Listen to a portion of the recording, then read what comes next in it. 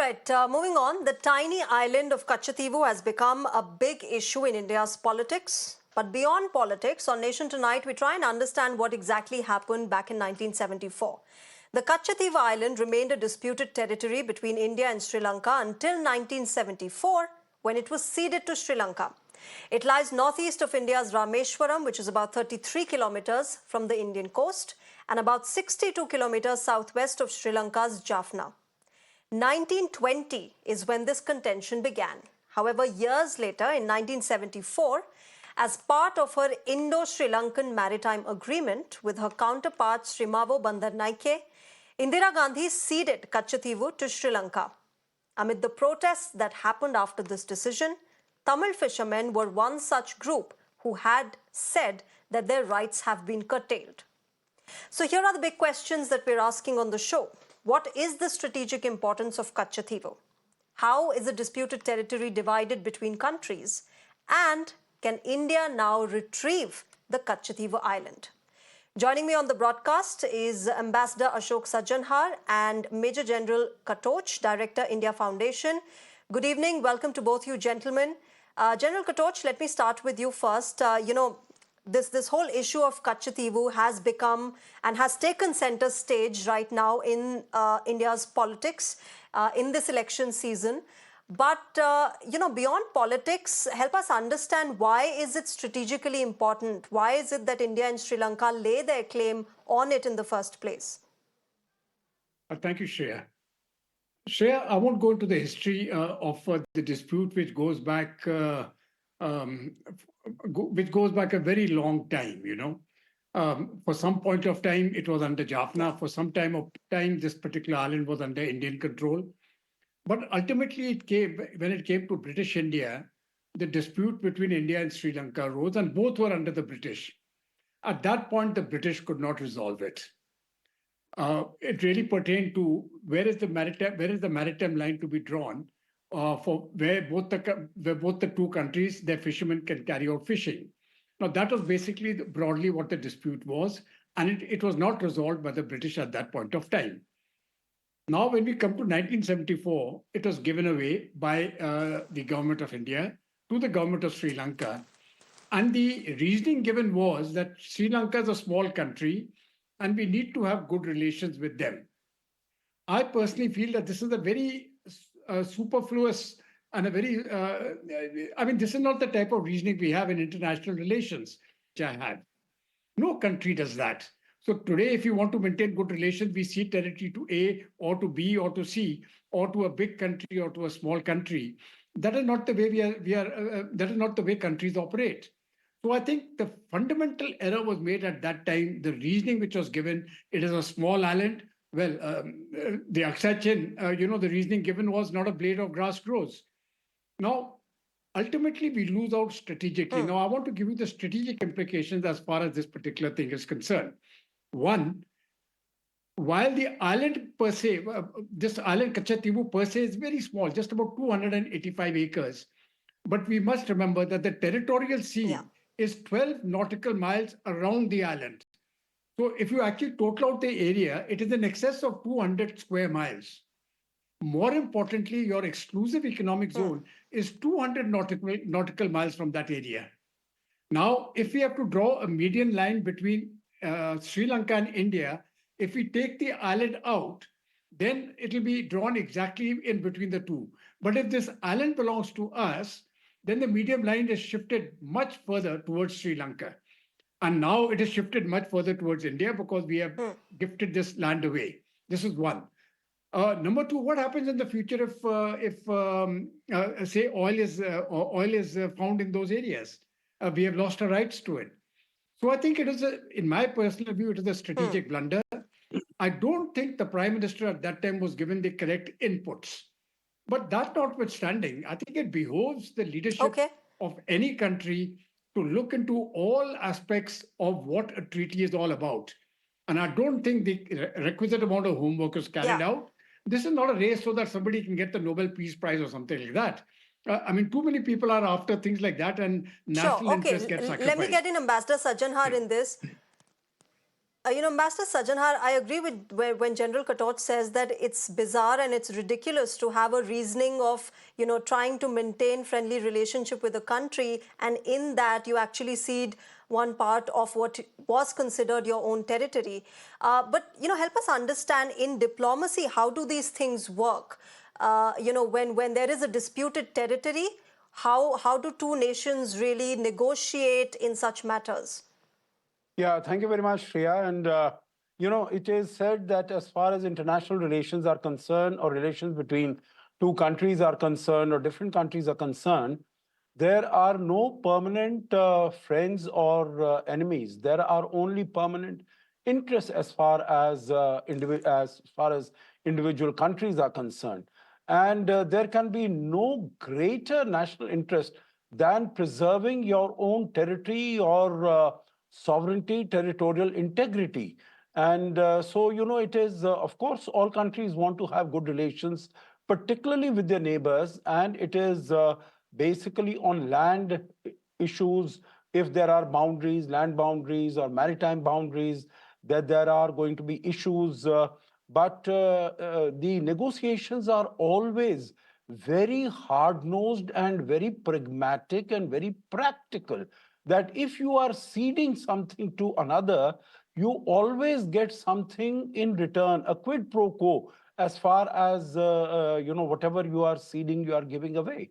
But what appears as far as this case is concerned, meaning we did not realize, that what could be the strategic implications, geopolitical implications, geo-economic implications.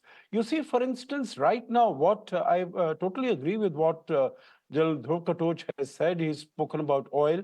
But, even not speaking about oil, you have fisheries. And, our fishermen are dependent upon the fisheries there, because closer to our borders, there the fishing catch, that has got depleted very severely. Secondly, what he's mentioned about the exclusive economic zone, it is 200 nautical miles, which would be actually equal to 370 kilometers.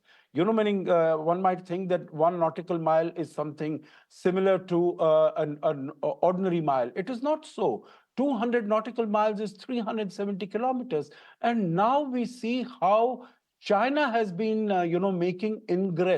making inroads as far as the Indian Ocean is concerned, and how it has been reaching out, whether it is to Maldives, whether it is to Sri Lanka. So, and if for some reason, of course, we have good relations with Sri Lanka, we apply pressure on them that, they should not allow these what are called the research vessels, but in actual fact, they are spy ships to come close to Indian borders, to, in Indian waters. But what if this island were to be leased out to China or to any other hostile or inimical country? That is going to be a very big, serious security threat as far as India is concerned. So, whether it is economics, as I said, important point there, Ambassador fishermen are not Sajjanhar. allowed to go there. The China factor, in fact, that was my next question. But before I come to you, General Katoch, let's also listen in to some of these bites that political leaders, had said on the issue of Katchatheevu today. ये हमारे भारत का अभिन्न अंग रहा है, लेकिन कांग्रेस ने 4-5 दशक पहले कह दिया कि ये द्वीप तो गैर जरूरी है, फालतू है, यहां तो कुछ होता ही नहीं है। ये कांग्रेस के पाप का परिणाम है कि हमारे मछुआरे आज भी सजा भुगतते चले जा रहे हैं। It is only for elections. What Katchatheevu for 10 years, what Mr. Modi was doing, what Jaishankar was doing, how many fishermen's boats has been taken over? Who will answer it? Jaishankar has to answer it. He should resign first because of their ineffectiveness. How many boats has been destroyed by the Indian Sri Lankan army? Till now, there are 200 boats are being captured by the Sri Lankan Navy. What about that thing? Who will ask it? They will speak about 1970. So please understand, this is not an issue which has suddenly surfaced. This is a live issue. It is an issue which has been very much debated in Parliament, in Tamil Nadu circles as well. It has been the subject of correspondence between the union government and the state government. Two parties, the Congress and the DMK, have approached this matter as though they have no responsibility for it, as though the situation is for central government, today's central government, for them to resolve. There is no history to this. This has just happened. They are the people who are taking up the cause. That is the way they would like to project it. Strange that the Prime Minister has only now found out that Katchatheevu was ceded away in 1974. I don't know, in the last 10 years, we would like to ask the Prime Minister what has he done in the last 10 years to retrieve Katchatheevu. What joke are they trying to make? They say Mr. Annamalai has made an RTF. Every information is in the public domain.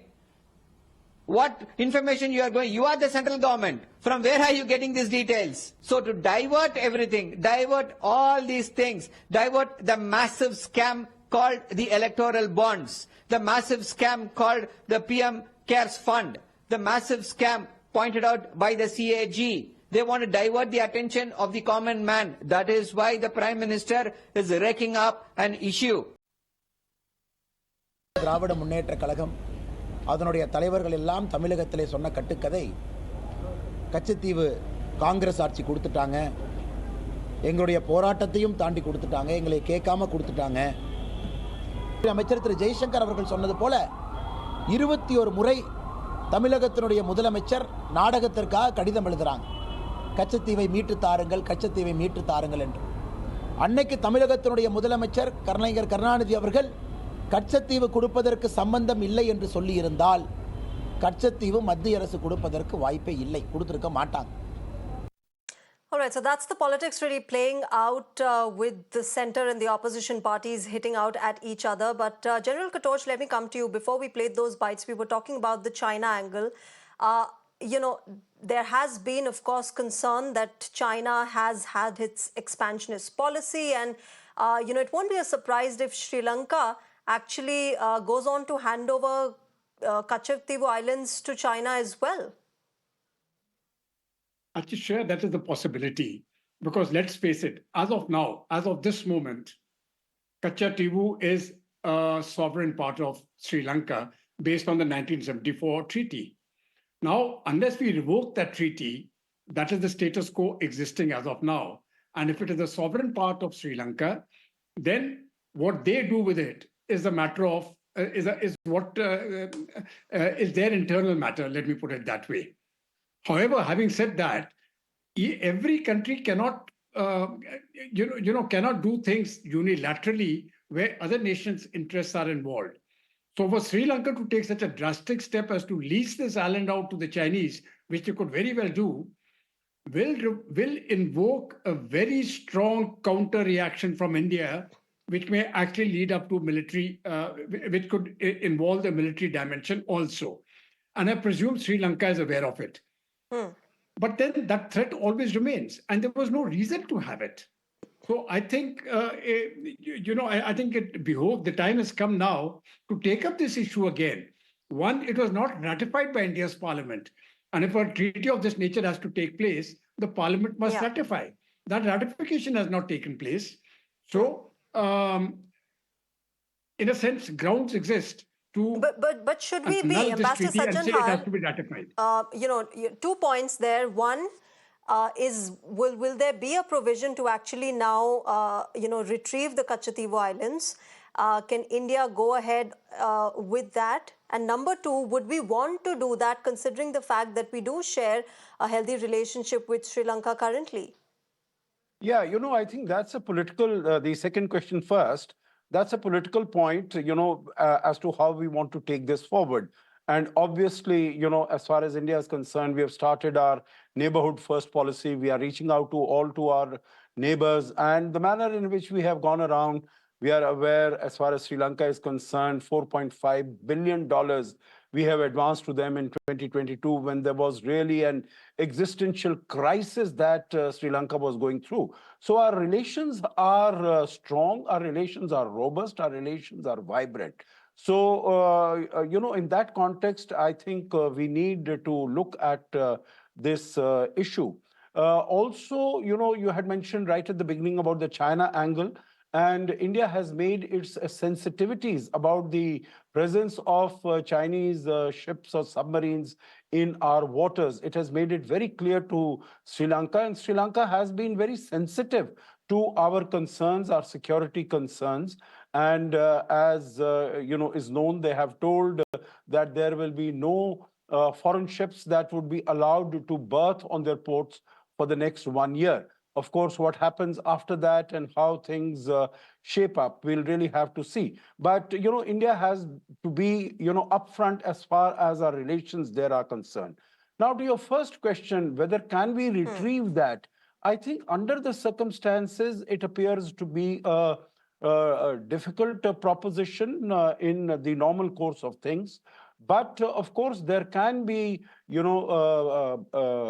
backdoor channels in which we see what are the additional rights that India and Indian fishermen, and as far as Indian security is concerned, how are we to safeguard those? Because, even when this agreement was signed, as I said, you make sure that your own interests are safeguarded. Here, as far as Katchatheevu is concerned, meaning we wanted to do the maritime boundary with Sri Lanka, but we gave it away, and the only rights that we got were, number one, that our fishermen could go to that island to rest. Number two, our fishermen could go there to dry their nets. And number three, that they could visit this Catholic shrine that is on that particular island. Now, I think as far as the rights of Indian fishermen to go in those waters, to fish in those waters, I think that can be safeguarded. And also certain provisions that our security will not be impeded, will not be harmed, will not be compromised. I think something of that sort can definitely be worked out. So, de jure, the island might be with them. But as far as de facto, our interests, whether it is economic or security or strategic, that they are preserved and safeguarded. Yeah. All right, we'll leave it there. Ambassador Sajjanhar and General Katoch, thank you very much to both you gentlemen for joining us and sharing your perspective and helping us understand this whole issue, this whole big issue about a very tiny island between India and Sri Lanka. Thank you very much. Thank you. Thank you.